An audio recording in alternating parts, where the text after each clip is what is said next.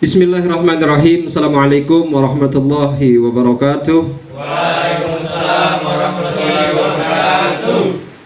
Alhamdulillahirabbil alamin wa bihi nasta'inu ala umuri dunya waddin. Shalatu wassalamu ala asyrafil anbiya'i wal mursalin sayyidina Maulana Muhammadin wa ala alihi wa sahbihi ajma'in, amma ba'du. Qala Nabi sallallahu alaihi wasallam, man shoma ramadhana imanan wa ihtisaban ghufira lahu ma taqaddama min dhanbi. Sadaqallahul azim wa sadaqa Rasulullah sallallahu alaihi wasallam. Anak-anakku, siswa-siswi SMA Negeri 1 Pemukan Barat, baik yang hadir secara tatap muka di tempat ini pada hari ini maupun yang saat ini sedang menyaksikan kegiatan pesantren Ramadan ini dari rumah. Mudah-mudahan Allah selalu memberikan rahmat dan barokahnya kepada kita semua. Yang pertama dan utama yang tidak pernah kita lupakan adalah senantiasa mengucapkan Alhamdulillah. Puji syukur kita kehadirat Allah Subhanahu wa Ta'ala yang mana telah banyak memberikan nikmat kepada kita. Salah satunya kita sampai hari ini masih diberikan umur yang panjang, badan yang sehat, rizki dan nikmat yang tidak terhingga, dan yang terpenting adalah sampai hari ini kita masih berada dalam iman dan Islam. Kemudian sholawat serta salam tidak pernah lupa kita haturkan keharibaan junjungan alam, penghulu para nabi, manusia termulia Rasulullah sallallahu alaihi wasallam beserta para sahabat, kerabat, dzurriyyat dan umat yang mengikuti beliau dari dahulu hingga akhir kiamat. Mudah-mudahan kita mendapatkan syafaat Rasulullah SAW pada hari kiamat nanti. Amin ya rabbal alamin. Anak-anakku sekalian yang dirahmati oleh Allah SWT, untuk hari ini sesuai jadwal yang ada, saya akan menyampaikan materi tentang sifat Allah Subhanahu wa Ta'ala atau sifat-sifat ketuhanan. Yang lebih umum lagi di kalangan umat Islam, khususnya Ahlus Sunnah wal Jamaah, menyebutnya dengan sifat 20. Karena ada 20 sifat. Sifat wajib 20, sifat wajib bagi Allah 20, kemudian sifat mustahil bagi Allah 20, dan ada nanti satu sifat jaiz. Hari ini jika memungkinkan akan kita sampaikan sebanyak 20, tapi paling tidak minimal saya akan menyampaikan 13 sifat Allah itu ya. Sekedar untuk kita mengenal dan mengetahui apa saja sih sifat-sifat Allah Subhanahu wa Ta'ala, sifat-sifat ketuhanan Allah yang tentunya itu tidaklah serupa apalagi sama dengan kita makhluknya, manusia ya. Anak-anakku, yang pertama ada sifat wajib bagi Allah namanya wujud. Sifat wujud. Wujud artinya ada. Allah yang menciptakan kita, Allah yang kemudian mematikan kita, tentu Allah itu ada ya, tentu Allah itu ada.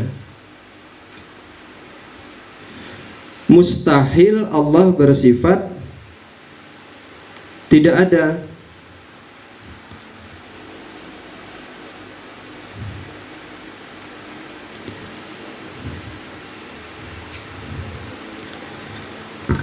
Ya, mustahil Allah bersifat adam, artinya tidak ada. Dalilnya di dalam Al-Quran, dalam Al-An'am ayat 102, A'udzubillahi minasyaitonirrajim, dzalikumullahu rabbukum la ilaha illa huwa khaliqu kulli syai'in fa'buduhu wa huwa ala kulli syai'in wakil. Yang memiliki sifat-sifat yang demikian ialah Allah Tuhan kalian. Tidak ada Tuhan selain Dia, pencipta segala sesuatu, maka sembahlah Dia dan Dia adalah pemelihara segala sesuatu. Ketika disebutkan di situ bahwa tidak ada Tuhan selain Dia, pencipta segala sesuatu, maka sembahlah Dia. Berarti Dia, Allah itu ada. Ya, tidak mungkin tidak ada. Itu sifat yang pertama. Yang kedua, sifat wajib bagi Allah yang kedua itu adalah qidam. Artinya tidak berpermulaan, atau wujud Allah itu tidak didahului. Kalau kita manusia, khususnya manusia, ada sebelum dan sesudah. Kalau kita manusia ada sebelum dan sesudah. Kalau Allah tidak ada, ya, tidak memiliki permulaan. Ya, Allah adanya kekal. Tidak bisa kita kemudian mengangkat, oh Allah ini jadi Tuhan sejak sekian. Enggak bisa. Allah itu abadi. Tidak ada istilah sebelum dan sesudahnya. Kalau kita nih nanti sebelum, ada istilah sebelum lahir, habis itu ada istilahnya setelah setelah hidup, mati. Kalau Allah SWT tidak ada seperti itu.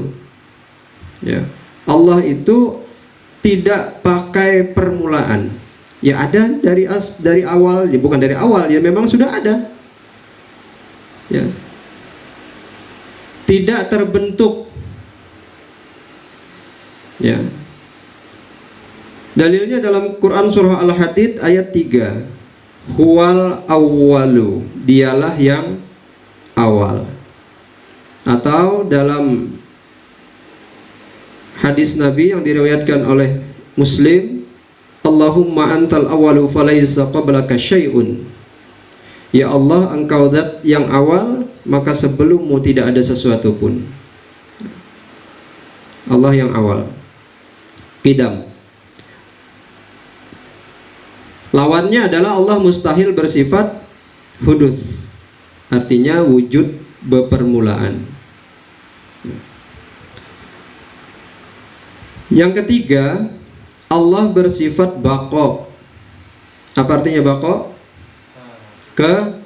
Kekal. Mustahil Allah fana, ada akhirnya.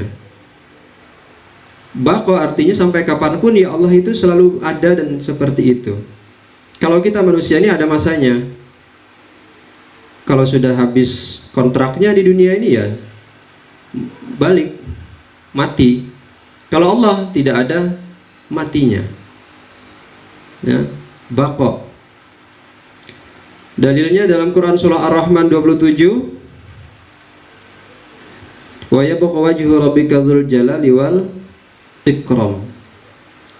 Dan tetap kekal zat Tuhanmu yang punya kebesaran dan kemuliaan. Atau dalam hadis disebutkan waqad ajma'atil ummatu ala anna Allah Ta'ala muttasifum bil baqa. Sungguh ulama sepakat bahwa Allah Ta'ala bersifat qidam, sehingga zat dan sifat-sifatnya tidak terdahulu ketiadaan. Ya. Allah tidak akan ada matinya. Kalau kita makhluk ada masanya habis. Kalau sudah kiamat datang, entah itu kiamat kecil atau kiamat besar, ya ada masanya kita habis. Kalau Allah tidak ada. Yang keempat, Allah SWT bersifat mukhalafatuhu lil hawadits. Artinya apa? Berbeda dengan makhluk. Berbeda dengan makhluk. Nah, pada materi yang telah lalu sudah saya singgung bagaimana tidak boleh kita menganggap bahwa Allah itu serupa dengan kita. Allah Maha melihat, Allah Maha melihat, jangan kemudian kita anggap bahwa melihatnya Allah ya dengan mata yang matanya itu seperti mata kita manusia. Ya. Allah itu berkata-kata. Lalu kemudian kita menganggap bahwa Allah berkata-kata dengan mulut. yang mulut dan lidahnya itu sama seperti mulut dan lidahnya kita. Nah, itu tidak seperti itu. Allah secara mutlak berbeda dengan makhluk. Laisa kamitslihi syai'un wa huwas samiul basir. Tidak ada sesuatu pun yang semisal dengan Dia, dan Dialah yang Maha mendengar dan Maha melihat. Tidak boleh kita membayangkan Allah itu seperti kita. Nanti kalau kita sudah bisa membayangkan, oh Allah itu punya wajah seperti wajahnya kita manusia, ada mata, ada hidung, ada mulut, ada dagu, pipi, telinga, rambut. Akhirnya nanti kita berani menggambar Allah, karena kita menganggap bahwa seperti kita manusia. Ya, padahal tidak seperti itu. Berbeda Allah dengan makhluknya yang manapun tidak akan pernah sama. Atau misalnya Allah seumpama dengan hewan, ya, jauh tidak sama. Dengan tumbuhan, dengan dengan planet-planet, tata surya, bintang dan sebagainya, tidak ada samanya Allah seperti itu. Jangan pernah membayangkan Allah memiliki kemiripan dengan yang manapun yang ada di dunia ini, ya. Karena saya pernah mendengar satu pendapat, ya Allah itu punya kaki, kakinya Allah kanan semua. Astagfirullah. Ada juga tangan, punya tangannya Allah kanan semua, ya. Itu kayak apa berpikir seperti itu? Itu keliru, ya. Ahlus sunnah wal jamaah tidak seperti itu.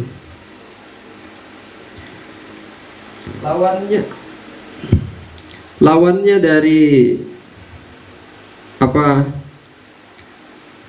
mukhalafathu lil hawadisi adalah mumasalatuhu lil hawadis. Allah sama dengan apa yang Ia ciptakan. Jadi Allah mustahil bersifat sama dengan yang Allah ciptakan. Yang kelima, Allah bersifat qiyamuhu binafsih. Artinya Allah tidak membutuhkan zat lain untuk tempat bersandar. Allah berdiri sendiri, tidak membutuhkan apapun untuk bersandar atau meminta bantuan. Kalau kita manusia, khususnya manusia, makhluk, tidak akan mampu berbuat apapun tanpa ada bantuan dari yang selain kita. Kalau Allah perlu bantuan, kalau Allah tidak perlu bantuan siapapun, Allah mampu berbuat dengan sendiri. Kalau kita, Bang, wah Pak, saya tadi kesini sendiri aja, Pak. Masa? Iya, jalan kaki sendiri. Seandainya pun jalan kaki sendiri. Tapi kaki yang kita pakai itu diperoleh dari penciptaan oleh Allah SWT. Berarti kita bergantung daripada kekuasaan Allah. Pak, naik motor. Lah terus motor itu yang bikin siapa? Apakah kita bikin sendiri? Jadi kita manusia tidak bisa hidup tanpa ada bantuan orang lain. Kita manusia, tapi kalau Allah selo aja, beliau sendiri mengurus segala apapun yang ada di alam semesta ini tanpa bantuan dari siapapun, dari apapun dan zat yang manapun. Ya ayuhan nasu antumul fuqara ilallahi wallahu wal ghaniyul hamid. Hai manusia, kalianlah orang-orang yang membutuhkan Allah, dan Allah dialah yang maha kaya, tidak membutuhkan sesuatu apapun, lagi maha tinggi.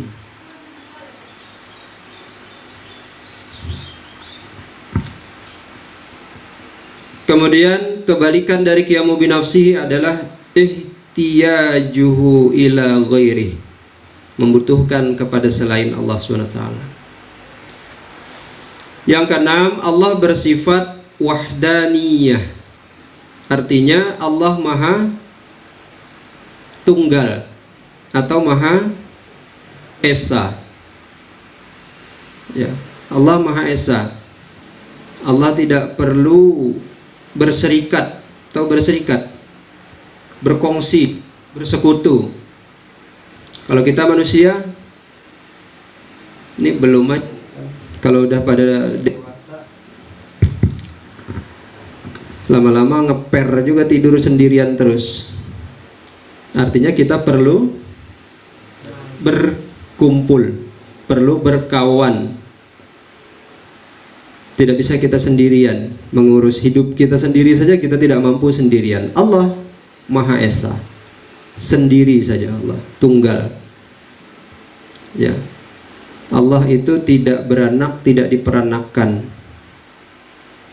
Tidak punya ibu, bapak, ya. Jadi tidak ada Tuhan itu berbagai macam, banyak itu tidak ada. Satu saja. Dan Allah kuasa untuk mengatur semua apapun yang terjadi di dunia ini, di alam semesta ini. Wa ilahukum ilahu wahid. Dan Tuhanmu adalah Tuhan yang Maha Esa. Kebalikan dari sifat wahdaniyah adalah ta'addud, artinya berbilang atau lebih dari satu. Mustahil Allah lebih dari satu. Itu ada Tuhan ibu, Tuhan anak, ya itulah ya. Kemudian yang ketujuh ada sifat wajib Allah qudrah. Sifat qudrah artinya sifat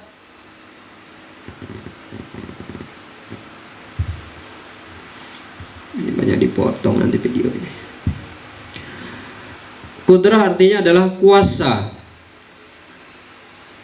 Mustahil Allah bersifat ajizun, lemah. Kuasa untuk apa? Kuasa untuk apapun yang hendak Allah Subhanahu wa taala lakukan. Allah tinggal bilang kun fayakun. Semuanya terjadi. Ya, kekuasaan Allah itu besar dan lengkap. Berbeda dengan kita manusia. Kekuasaan kita manusia itu terbatas. Itu pun tidak lepas pula dari bantuan dan kuasa Allah Subhanahu wa taala. Innallaha ala kulli syai'in qadir. Sungguhnya Allah Maha Kuasa atas segala sesuatu, Seandainya hari ini pun kita lagi duduk-duduk di sini, mau dibalik oleh Allah bumi ke bawah, yang di bawah ke atas, bisa-bisa. Tinggal bilang kun fayakun, jadi maka jadilah. Karena Allah Maha Kuasa. Mustahil Allah ajizun, lemah. Lemah itu kita manusia. Ya, lemah. Kita jangankan untuk memindahkan bumi ini atau menghancurkan dunia ini, nahan ngantuk aja gak bisa gitu. Nah, itulah lemahnya kita manusia. Ya kan? Sekuat-kuatnya orang begadang, lama-lama ada sakitnya juga. Itu qudrah. Yang kedelapan ada sifat wajib iradah. Sifat wajib iradah artinya berkehendak. Allah itu bisa saja berkehendak apapun yang Allah kehendaki. Allah menyusun skenario sejak zaman ajali sesuai dengan kehendaknya Allah Subhanahu wa taala. Zaman ajali itu adalah zaman di mana belum ada apapun. Hanya Allah sendirilah yang masih ada waktu itu. Allah sudah menyusun. Oh, nanti akan kuciptakan. Ini belum diciptakan ya. Allah baru menyusun draft yang mau diciptakan itu ini. Kita diciptakan manusia. Oh, nanti akan kuciptakan seorang anak manusia namanya Nazlul Wahyuni. Dari seorang ibu bernama ini, ayahnya ini, dikasih umur segini, rezeki segini, istrinya segini. Nah, maksudnya istrinya masih ini, bukan segini ya. anaknya, keturunannya si ini, ya, tinggal di sini, mendapatkan pekerjaan ini di sini, sudah disusun oleh Allah Subhanahu wa taala atas kehendaknya Allah.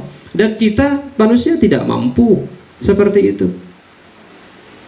Kita manusia ini hanya bisa berencana saja. Tapi kalau Allah berkehendak, merencanakan dan dilaksanakan. Kalau kita manusia berencana, ya nanti sore rencana ngabuburit nih sama teman-teman di Alam Raya pos 4, alam ngabuburit di situ tuh. Pas mau berangkat ban bocor, nggak jadi berangkat. Seberapa kekuatan kita untuk berkehendak? Tidak bisa. Ya. Kalau Allah, tidak ada yang menghalangi beliau dari berkehendak. Lalu kemudian sifat mustahilnya adalah karahah. Mustahil Allah itu terpaksa. Dalilnya fa'alul lima yurid, Maha Kuasa berbuat apa yang dikehendakinya. Quran surah Al-Buruj ayat 163. Kemudian yang ke-9, Allah Subhanahu wa taala memiliki sifat wajib ilmun. Artinya yang maha mengetahui, bukan maha mengetahui, yang mengetahui. Dalilnya wallahu bikulli syai'in alim, dan Allah maha mengetahui segala sesuatu. Mustahil Allah itu bersifat jahlun, bodoh. Ilmunya Allah itu tidak ada apa-apanya dengan ilmunya kita manusia. Sering digambarkan ilmu kita manusia itu seberapa? Seandainya satu jarum dicelupkan ke air laut, kemudian diangkat itu jarum, satu tetes air laut yang menempel di jarum, itulah ilmunya kita. Nah, sisanya itu yang di lautan itu semua itu ilmunya Allah Subhanahu wa taala. Jauh sekali berbeda. Lalu kemudian hanya dengan ilmu yang segitu, lalu kita mau berbuat sombong, nggak tahu diri gitu.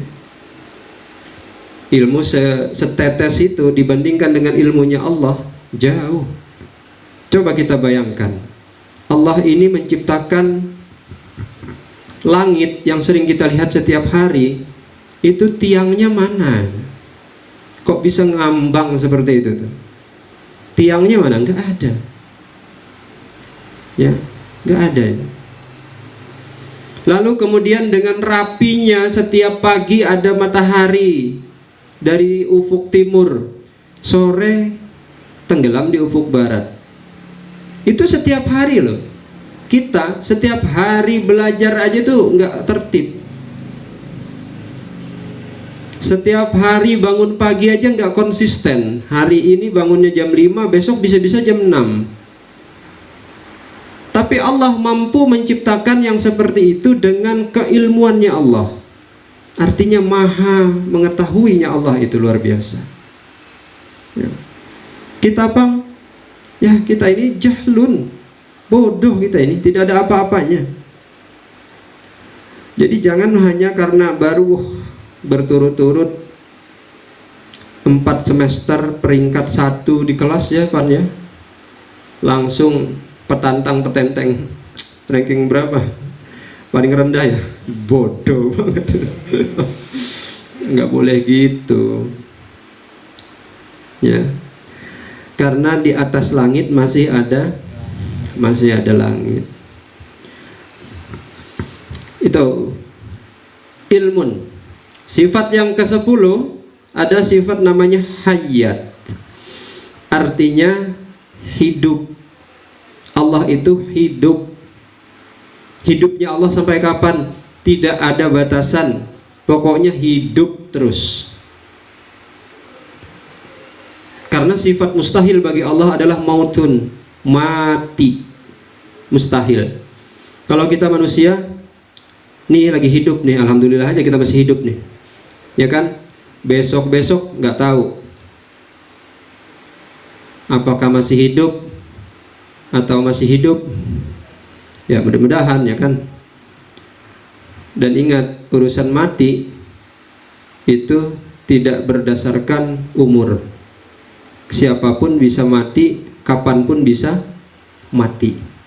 Saya mungkin lebih tua daripada kalian, tapi bisa saja saya belakangan mati, kalian duluan mati. Atau sebaliknya, kalian duluan, saya belakangan. Bisa saja kan? Bisa. Yang jelas semuanya akan menemui mati. Allah bang tidak ada mengenal mati. Allah hidup sepanjang-panjangnya, tidak ada batasannya. Wattawakkal 'alal hayyil ladzi la yamut. Dan bertawakallah kepada Allah yang hidup kekal, yang tidak akan pernah mati. Kemudian yang ke-11, sifat wajib yang ke-11 adalah sama. Artinya mendengar. Mustahil Allah itu tuli, mendengar. Nah, sekali lagi, kalau berbicara mendengar berarti alat untuk mendengar itu apa? Telinga. Jangan dipahami telinganya Allah seperti telinganya kita. Nih bentuknya seperti ini. Kalau pagi-pagi sering keluar umbelnya itu. Enggak gitu. Allah mendengar, tapi bukan berarti memiliki telinga yang sama seperti kita. Jangan memahami seperti itu. Karena Allah mendengar, maka apapun yang kita bicarakan, apapun yang kita rencanakan, Allah mendengar. Nih saat ini nih saya berbicara, mendengar. Mungkin kalau kita manusia biasa, guru yang sedang di luar ruangan ini tidak mendengar apa yang hari ini saya ucapkan di sini. Tapi kalau Allah tidak ada dinding untuk mendengar apapun yang kita ucapkan, bahkan kita berbisik sekalipun, Allah tetap mendengar. Ini kalau tahun ini berbisik dengan Sulaiman, Adit belum tentu dengar. Tapi kalau Allah tidak terhalang, sampai apapun yang kita bicarakan di dalam hati kita, Allah mendengar. Ini misalnya Adit dalam hati, aduh Pak Nazrul lama banget, capek udah duduk-duduk ya kan. Ini Heru udah dari pagi di sini, lama banget Pak Nazrul, aduh materinya ngebosenin gitu kan. Allah dengar tuh, walaupun saya nggak dengar. Nah itulah saking Allah itu mendengar apa yang kita ucapkan, utarakan, ya, sekalipun yang di dalam hati. Lalu kemudian Allah itu sifat yang ke-12, Allah adalah basar, yaitu melihat. Nah, melihat. Sekali lagi, melihatnya Allah jangan kita samakan melihatnya seperti kita menggunakan mata. Ya. Kalau mata kita ini terbatas, sejauh mata memandang saja. Ketika kita menghadap ke depan, maka yang di belakang kita tidak lihat. Ketika kita menghadap ke kanan, maka yang di kiri kita tidak melihat. Tapi Allah yang di mana-mana pun Allah bisa melihat. Kalau kita mungkin lagi bohong sama orang di rumah, bilangnya puasa, habis itu ke belakang kamar mandi, bawa jajan, makan di situ. Mama sama bapak nggak lihat juga nih. Oke, karena beliau manusia nggak bisa lihat kita, tapi Allah melihat apapun yang kita lakukan. Ya, entah di kamar mandi makankah atau yang lain-lainkah yang dikerjakan, ya kan Ton ya. Nah itu dilihat tuh. Karena Allah bersifat basar. Dalilnya dari sama dan basar, wa huwas sami'ul basir. Wa huwas sami'ul basir, dan dialah yang maha mendengar dan maha melihat. Quran surah Asy-Syura ayat 11. Jadi jangan berpikir bahwa nggak ada juga yang lihat nih. Bebas saja kita bikin macam-macam. Iya, orang manusia nggak ada yang lihat, tapi Allah maha melihat. Semua yang kita lakukan itu dilihat. Kalau dilihat aja masih mending, ini dilihat terus Allah suruh malaikat catat, tambah sebel, wah selesai kita. Murka Allah lihat pekerjaan kita, mah tunggu-tunggu aja, besok apa yang terjadi nggak tahu dah. Kemudian yang ke-13 ada sifat kalam. Kalam itu artinya Allah berkata-kata. Wa kalamallahu Musa taklima. Dan Allah telah berbicara kepada Musa secara langsung. Mustahil Allah bisu atau bukmun. Ya. Makanya ahlu sunnah wal jamaah berkeyakinan bahwa Al-Quran itu adalah kalamullah, perkataan Allah, bukan makhluk. Karena semua yang tertulis di dalam Al-Quran itu semuanya itu adalah wahyu. Kalau wahyu disampaikan kepada Rasulullah, otomatis secara lisan. Bagaimana caranya kalau tidak dengan berbicara, penyampaiannya itu kepada Rasulullah. Nah, makanya kita kalau ada Al-Quran itu dihargai, itu kalam Allah, itu perkataan-perkataan Allah. Jangan sembarangan dengan ayat-ayat Al-Quran ini. Dan mustahil Allah bisu. Kalau kita manusia, ada yang bisa berkata-kata, ada yang bisu. Bahkan kita sendiri pun dalam suatu keadaan tertentu tidak bisa kita berkata-kata. Nah, jadi terbatas kita manusia ini. Ya. Tidur aja loh kita nggak bisa berkata-kata. Ngigo kadang mau nyebut apa nggak bisa. Ya, jadi ada keterbatasan kita sebagai makhluk, sebagai hamba. Sementara Allah tidak ada yang membatasi Allah SWT dalam berkata-kata atau berbicara.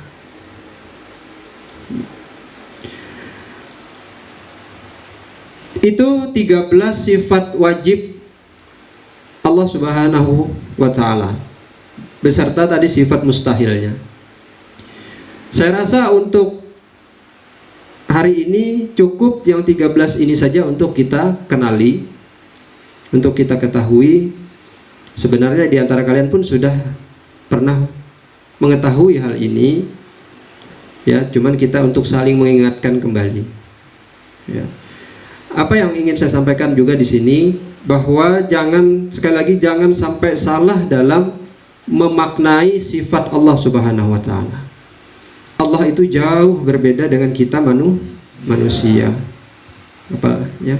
Dengan seluruh makhluk manapun itu Allah itu berbeda, tidak pernah sama. Ya. Karena itu Allah memiliki sifat-sifat tertentu yang itu hanya dimiliki oleh Allah Subhanahu wa ta'ala. Ya. Tidak dimiliki oleh kita.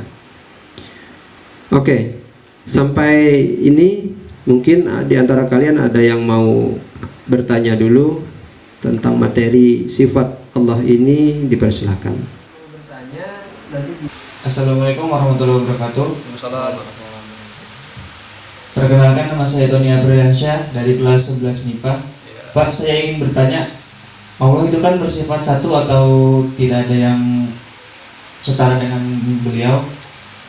Apakah ada di antara golongan makhluk hidup itu ada yang disebut dengan keluarga Allah?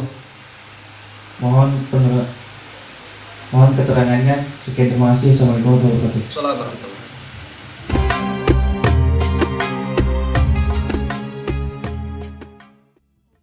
Jalan-jalan ke Patung Bekantan. Cakep. Jangan lupa membeli sesirangan. Cakep. Yolah kita berhenti tiktokan. Biar asik. Mari kita bertadarus di bulan Ramadan.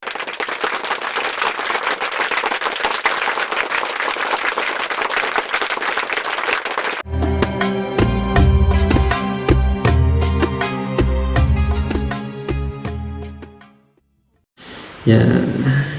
Oke, terima kasih. Pertanyaan dari Ananda Tony, kelas 11 MIPA. Pertanyaannya bagus sekali. apakah ada di antara kalangan makhluk, khususnya manusia ya, yang disebut sebagai keluarga Allah Subhanahu wa taala. Pada beberapa pekerjaan kita manusia, khususnya dalam bentuk ibadah, itu memang ada yang diganjar pahala, yang dianggap seperti keluarganya Allah Subhanahu wa taala. Misalnya tadi seorang yang rajin ke masjid, atau ya Rasulullah sendiri, itu dianggap sebagai keluarganya Allah Subhanahu wa taala. Tapi tidak berarti tapi jangan kemudian kita beranggapan bahwa oh nanti karena ini keluarganya Allah, lalu ada kemudian yang dianggap sebagai istrinya Allah, dianggap sebagai anaknya Allah, sebagai keponakannya Allah. Tidak seperti itu. Itu hanya bentuk ganjaran yang diberikan oleh Allah Subhanahu wa taala, atau pahala yang diberikan oleh Allah Subhanahu wa taala kepada orang-orang tersebut yang saking gembiranya Allah dengan mereka orang-orang itu, atau saking cintanya Allah dengan orang-orang yang berbuat kebajikan itu tadi, lalu kemudian disebut sebagai keluarganya Allah Subhanahu wa taala. Yang dimaksud dengan wahdaniyah, sifat Allah Maha Esa, itu adalah artinya Allah itu tidak berbilang. Yang disebut Allah itu sama dengan Tuhan. Artinya Tuhan itu tidak berbilang. Jangan nanti ada Tuhan yang mengatur ini, Tuhan yang mengatur ini, Tuhan yang mengatur ini. Itu yang dimaksud Allah itu tidak berbilang. Allah Maha Esa. Allah tidak seperti itu. Jangan nanti ada Allah yang mengatur langit, Allah yang mengatur bumi, Allah yang mengatur angin, mengatur api, mengatur apa lagi. Nah, tidak seperti itu yang dimaksud dengan wahdaniyah. Wahdaniyah artinya Allah Maha Esa. Allah itu ya satu. Mau ngatur langit, mengatur bumi, mengatur alam semesta ini semua ya Allah saja, tidak ada yang lainnya. Ya.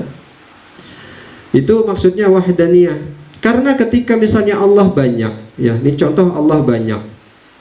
Allah satu mau mengadakan di Sengayam ini diadakan hujan. Allah yang lain bilang, jangan hujan, panas saja. Allah yang lain bilang, jangan hujan, jangan panas, gerimis, tengkar. Karena masing-masing berbeda kemauan, pendapat. Kayak kita manusia ini kan kalau terlalu banyak, akhirnya banyak perbedaan pendapat, tidak bisa mutlak satu pendapat, dan akhirnya sering ribut. Nah, bagaimana? Coba bayangkan seandainya Allah Tuhan itu terdiri dari berbagai-bagai, banyak macamnya.